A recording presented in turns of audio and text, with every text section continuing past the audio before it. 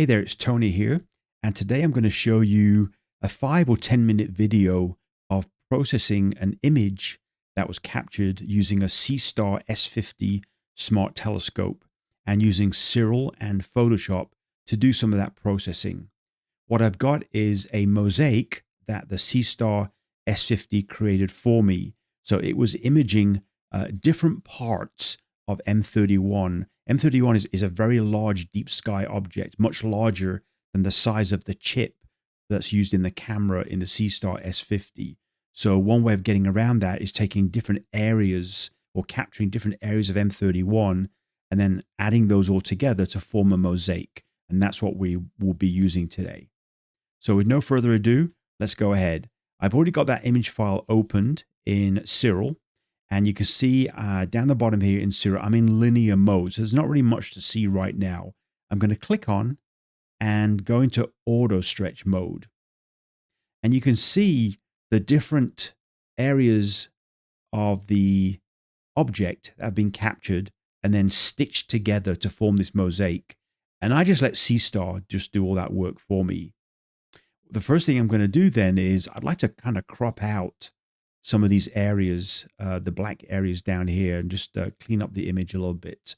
So I'm going to hold down my left mouse button and I'm going to drag a rectangle and I'm going to take that rectangle right to the edges of the image, just inside of where the black areas are.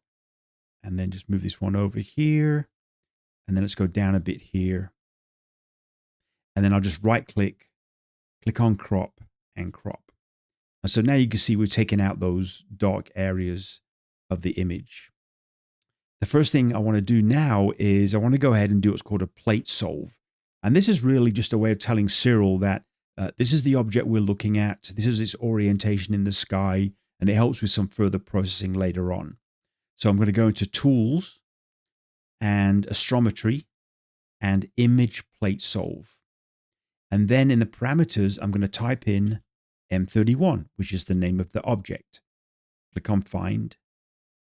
And then I'm going to click on OK and let Siril do the work. So it's contacting the server. You see here on the right-hand side. And then it's determined, oh, I see. This is M31. The camera information is captured here. The camera chip size is captured here as well. So this will help in processing in a few moments.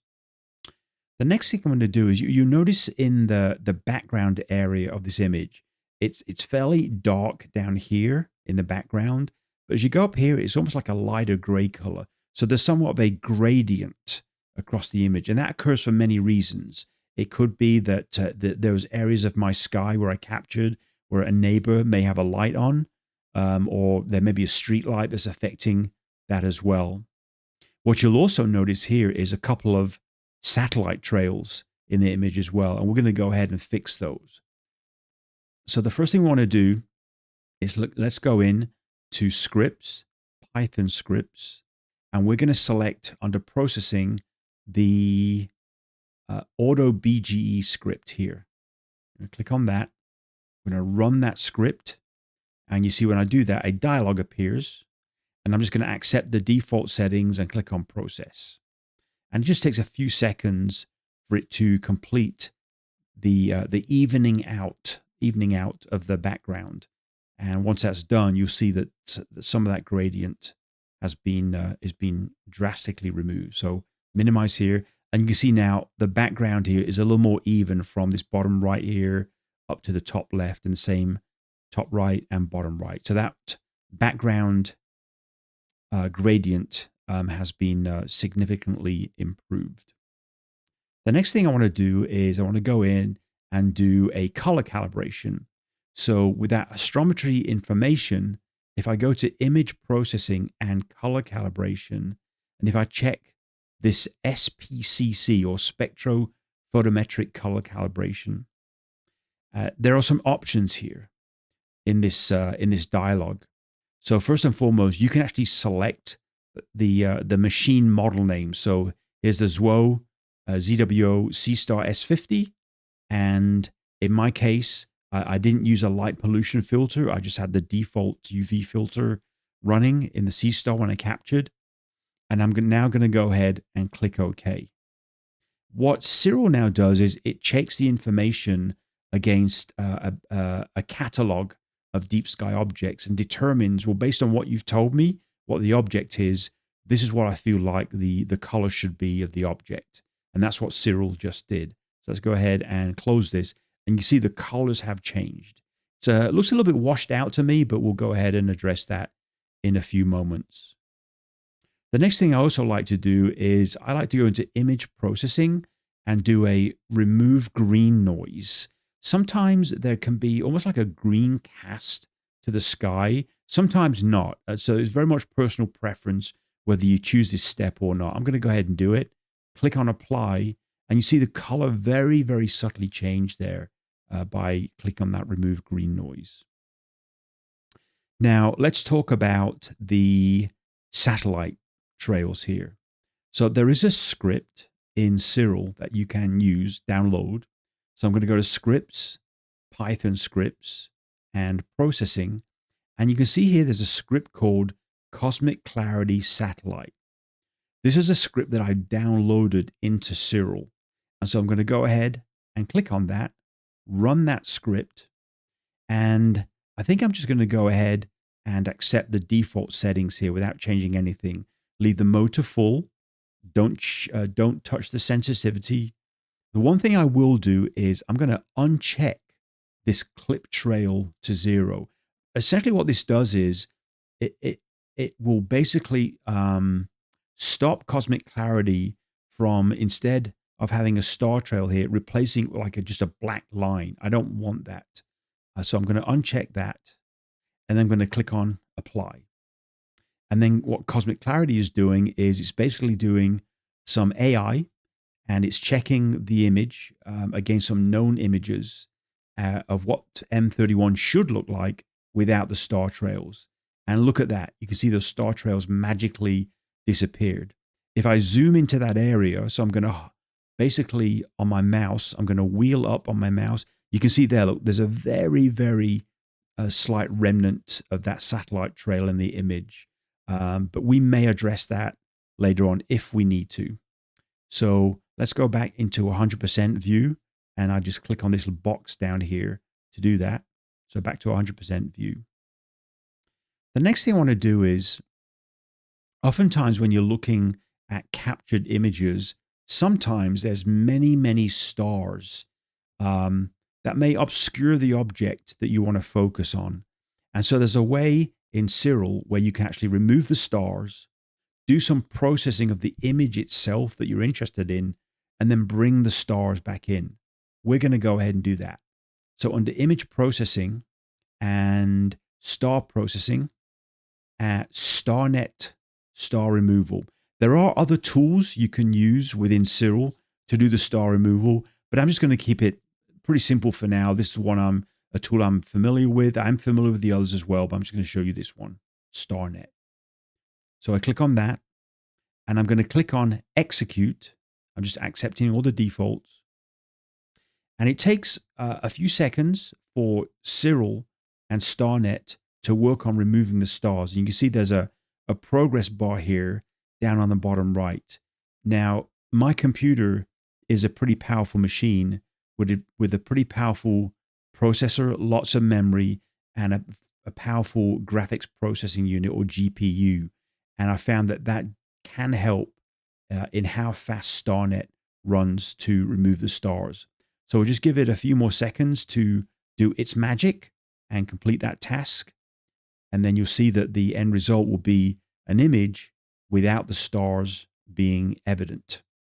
So give that a few seconds, and it's done. So you can see now we've got the stars have been removed, and we've just got Messier 31, and it's basically its other satellite associated galaxies are there as well. Now you'll notice in this image, you'll say, okay, well, you've removed the stars, but look at all this weird mottling in the background. That's because the image mode that I'm in is in auto stretch. So I'm going to select this back to linear. And when I do that, everything goes dark, and that's okay.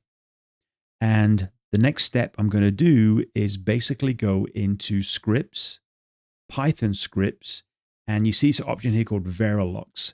This is another series of scripts that I've downloaded into Siril. So the one I'm going to select is called hypermetric stretch. I'm going to run the script. And then when I do that, I'm going to drag this over.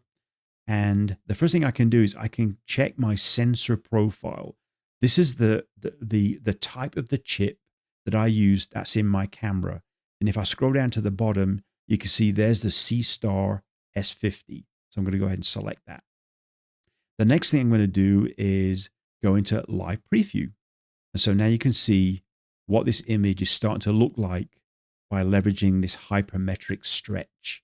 The next thing I'll need to do is click on this Auto Calc Log D. And what that does is it optimizes these settings here based on the camera profile, the settings you've got here. And so now it's starting to look quite nice. And I'm going to click on Process that image, and it just takes just a few seconds. I can close that. And now you can see things are starting to look pretty good, actually. One thing you'll notice, though, is I'm in linear mode, and this mottling has reappeared. And so we'd like to go ahead and kind of minimize that mottling effect. And one way of doing that is I can go into image processing, and I can go into stretches and curves. And you'll see here, this bottom left here represents the dark part of the sky. And I'm going to hold down my left mouse button, and I'm going to drag this over.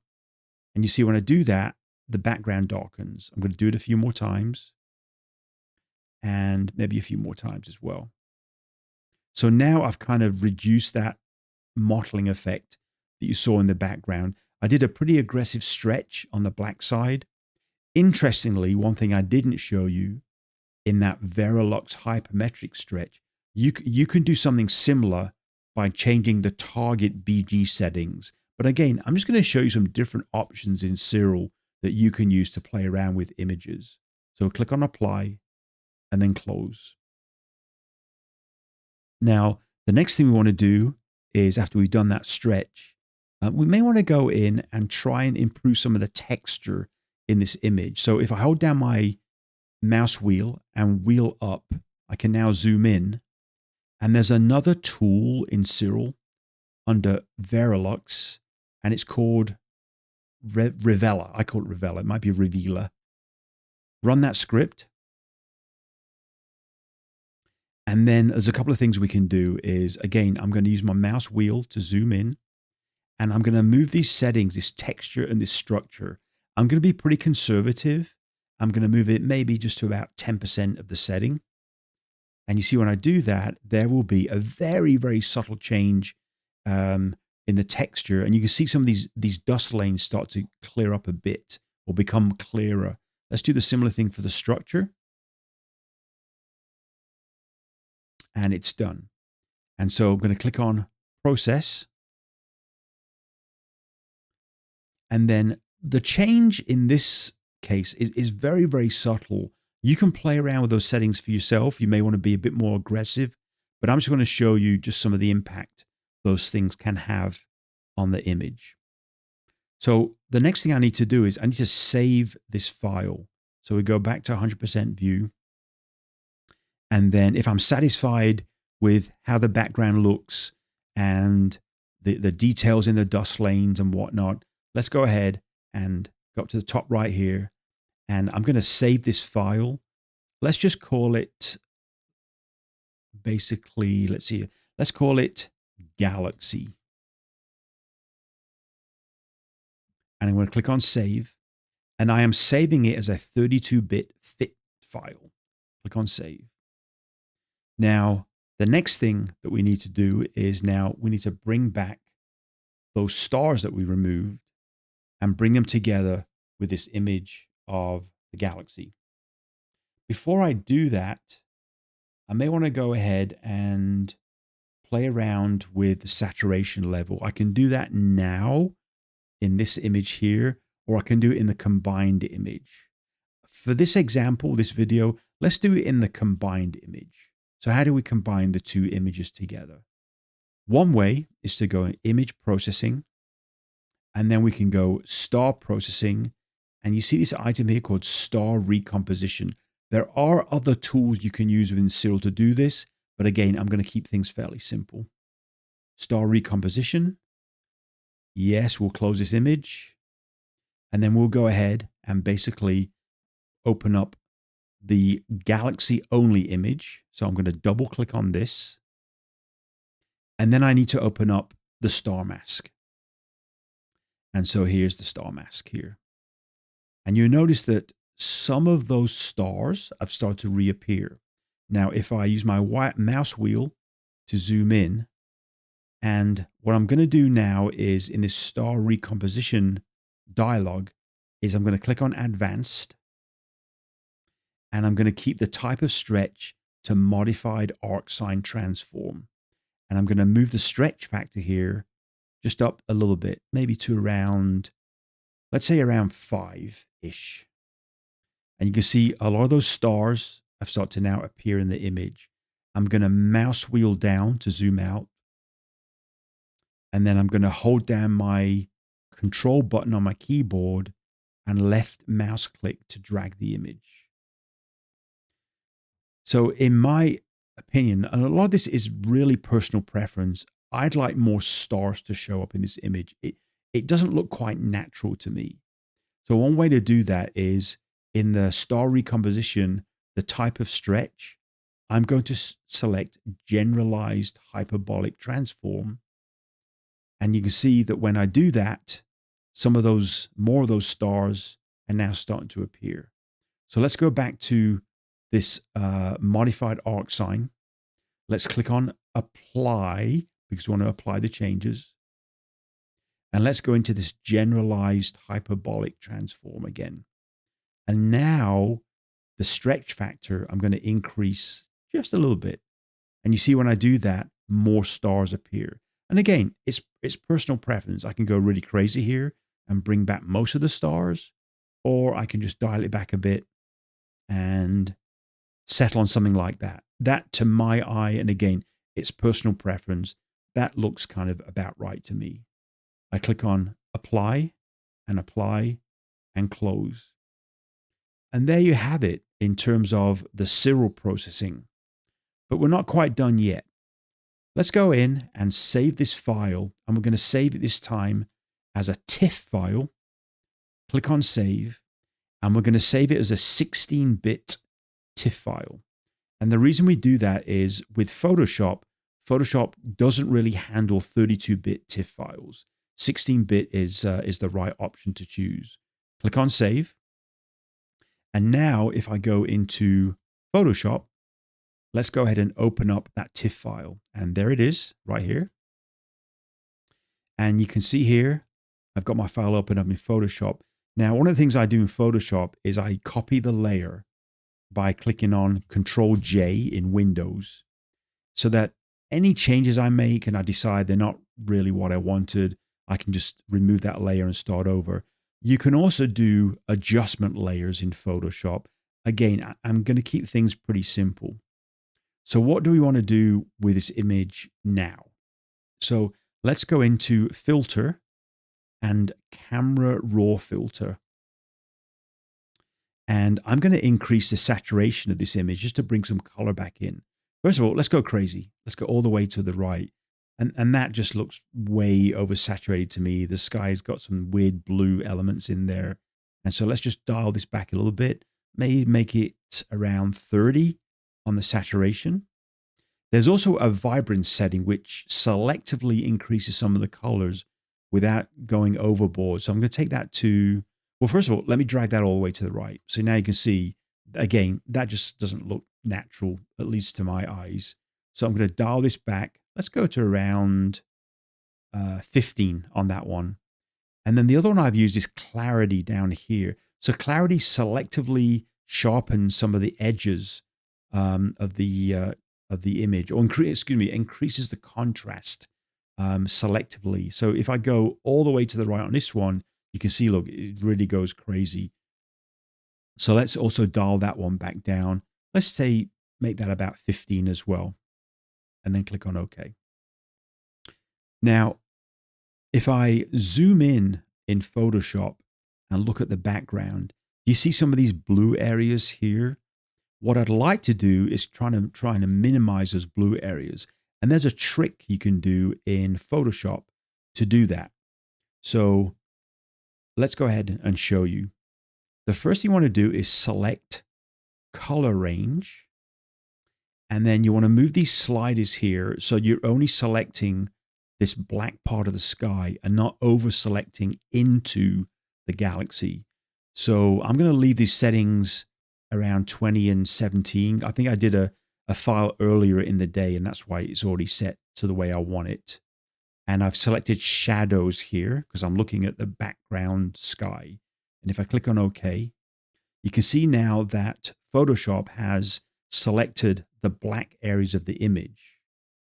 I'm now going to do Control J. I just wanted to copy that black area.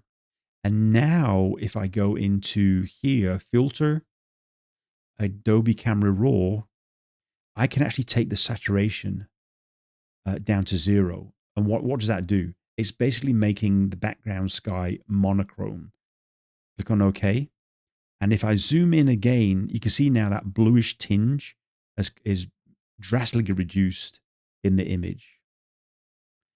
The last thing I'm going to do is I'm going to do Control Alt Shift E. What that does in Photoshop, it copies the visible view that you're looking at. And I'm going to do something to slightly increase the background so it's not as dark. Now, when you look at dark deep sky images, to our eyes, the sky is not jet black. There's always a very, very slight glow to the sky. And for me to fix that in this image, I'm going to go to Image Adjustments and Levels. And I'm going to double click on this eyedropper here. Double click. And I'm going to select what I think I want the background levels to be. And a good option for me is to set these around 20-20-20. So RGB 20-20-20. And you can see there, look, the difference between what we had, and it's very, very slightly lighter. Click on OK. And then I need to take that eyedropper and click once in a black area of the sky. And you see when I do that, the whole thing lightens up. Click on OK and no. Now, at least to my eyes, the background sky looks a bit more natural to me. So that's it for this video. I hope I've shown you a few tricks and tips you can play around with yourself in Siril. There's many other things you can do in Siril and in Photoshop for that matter. And I will add, you're not locked into using Photoshop. There are other tools out there such as GIMP and Affinity that are either no or low cost tools instead of using Photoshop. Thank you very much for your time.